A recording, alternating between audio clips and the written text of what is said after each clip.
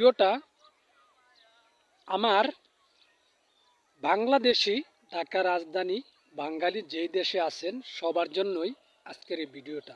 এখানে একটা মেসেজ আসছে, আমি আপনাদেরকে দেখাইতেছি। এই যে দেখেন, এই একটা মেসেজ। এখানে এই যে উপরে একটা মেসেজ, এখানে কি আছে অবশ্যই আপনারা পড়তে পারবেন এবং বুঝতে পারবেন। ওইটা নিয়ে আমার কোনো ভিডিও না, তারপরে যখন মেসেজটা আসছে এই জন্য আমি দেখাইলাম। এই যে দেখেন, মনে করেন এখান থেকে শুরু করলাম, এখান থেকে শুরু করে মনে করেন আপনি এই জায়গাটা পড়বেন।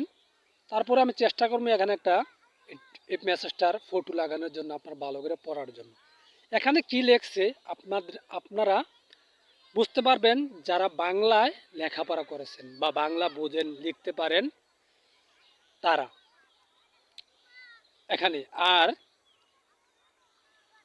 যারা বাংলা বুঝতে পারে না এমন মানুষ নাই বলতে থাকতেও পারে, যেরকম অন্য অন্য দেশে যারা প্রবাসী আছে উনাদের জন্য।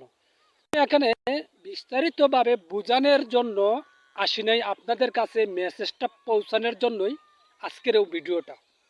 আমি আপনারা কিতা লাগি ও ভিডিওটা দেখাইলাম, আপনারা অবশ্যই বুঝতে পারবেন।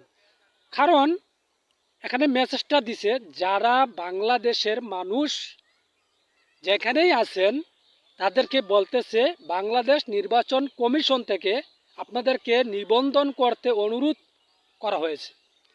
আপনারা বলবেন আমরা বাংলাদেশে আইসা নিবন্ধন করতে হবে, বিষয়টা তা না।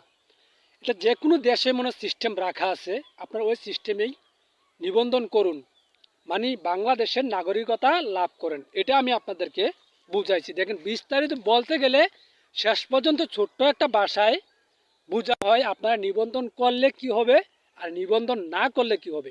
কিছু কিছু মানুষ আছে মনে করেন বিদেশ থাকতে থাকতে দেশের নাগরিকতাই নাই। আপনার দেশের জন্য, আপনার দেশের মানুষের জন্য আপনার আপনি কষ্ট করতেছেন, মেহনত করতেছেন, ইনকাম করতেছেন, রুজি করতেছেন, আয় করতেছেন, কিন্তু আপনি নিজের দেশের একটা এই এনআইডি মানে দেশের নাগরিকতার একটা এনআইডি লাগে বা জন্ম নিবন্ধন লাগে, ভোটার আইডি নিবন্ধন করার জন্যই আপনাদেরকে জানাইছে। মানে 2025-এর ভিতরে যদি জানাইতে পারেন তাহলে মনে করেন এখানে বিস্তারিত বলা আছে, লেখা আছে। 2025-এ জানাইলেই ভালো হয়। তো আমি এটাই বলবো, মানুষে ভালো কিছু বুঝে না, খারাপ কিছু হলে বুঝে আর দেশে উশৃঙ্খলা সৃষ্টি করে, এরকম মানুষ বাংলাদেশে নাই। যে যতটুকু পারেন নীরবতাভাবে সেটা পালন করুন। আর এই কাজটা করার জন্য অনুরোধ